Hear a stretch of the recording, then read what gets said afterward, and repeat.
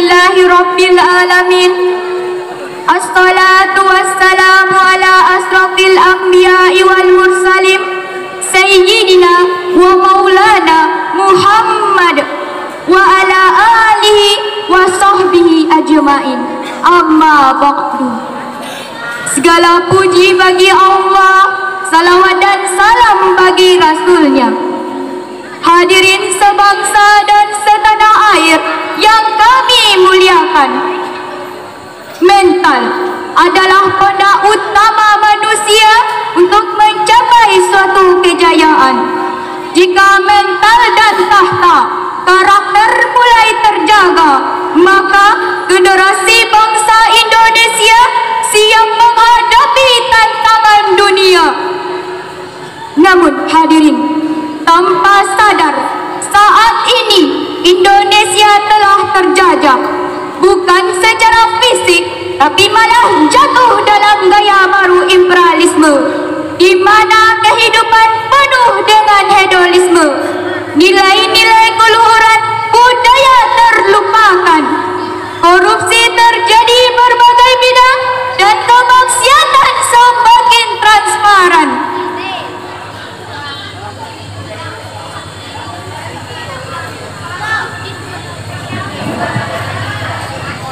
Untuk itulah hadirin, dalam istihraq syarhil Quran Pondok Pesantren Iqra, perkenankanlah kami menyampaikan syarhil Quran yang bertajuk Karakter Pemuda dalam Membangun Revolusi Mental Bangsa, dengan berlandaskan Al-Quran Surah Al-Anfal ayat 53 sebagai berikut. A'udzu billahi minasy syaithanir rajim. Bismillahirrahmanirrahim.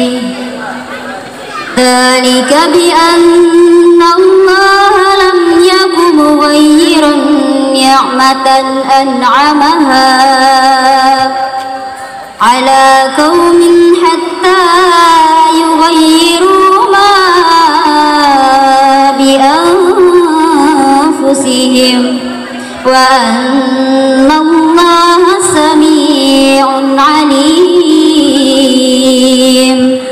Aku berlindung kepada Allah dari godaan syaitan yang terkutuk dengan menyebut nama Allah yang Maha Pengasih lagi Maha Penyayang. Yang demikian itu karena sesungguhnya Allah tidak akan mengubah nikmat apa yang telah diberikannya kepada suatu kaum hingga kaum itu mengubah apa yang ada pada diri mereka sendiri. Sungguh Allah Maha mendengar, Maha mengetahui. Hadirin sebangsa dan setanah air yang kami muliakan, dalam tafsir Ibnu Katsir jilid 1 halaman 65 menjelaskan bahwasannya Allah Subhanahu wa taala telah memberitahukan tentang keadilannya yang sempurna. Allah tidak akan mengubah nikmat yang dikurniakannya kepada seseorang, melainkan berusaha untuk berdiri sendiri dan bangsa kita agar selalu berakhlakul karimah. Jujur kita akui hadirin, saat ini banyak generasi bangsa kita yang masih bermental karat, gaya hebat, berlagak so kuat dan bergairah maksiat. Sebagai contoh, ketidakjujuran populasi, komunikasi yang tidak empati, dan sikap perilaku yang kurang menghargai warnai pemuda kita saat ini. Berulang kali kasus itu terjadi, seperti korupsi, tak jujur bahkan tak empati. Karakter bangsa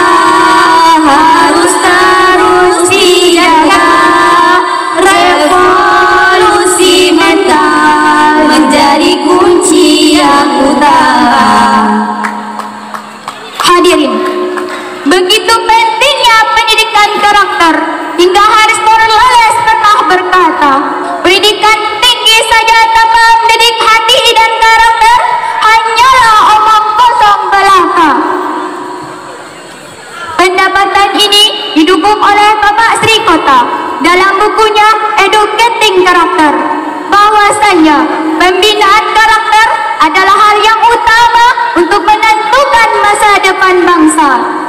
Lalu hadirin, bagaimanakah karakter yang sesuai untuk revolusi mental Indonesia? Dengan sangat indah Allah Subhanahu wa Ta'ala menjawabnya dalam Al-Quran Surah Ali Imran ayat 110 sebagai berikut.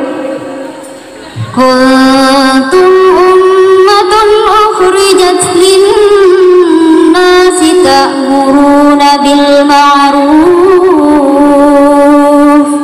wa tanhauna 'anil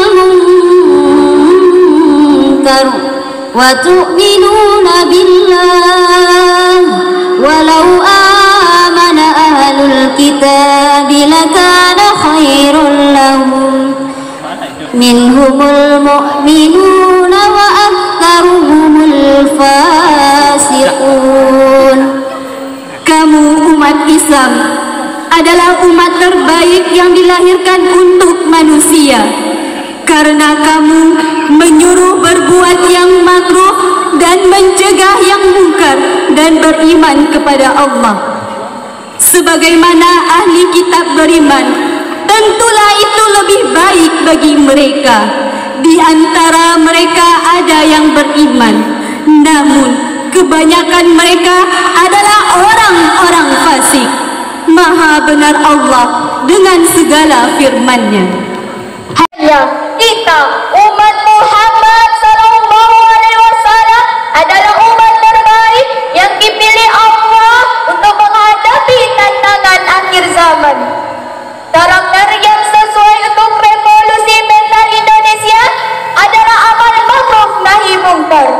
Generasi bangsa kita ahli tesis yang tegas dalam mendorong kemaksiatan dan gemar tebar kebaikan. Dari syarhil tadi hadirin dapat kita ambil 3 kesimpulan. Yang pertama, mental adalah gudang utama untuk meraih sebuah kejayaan.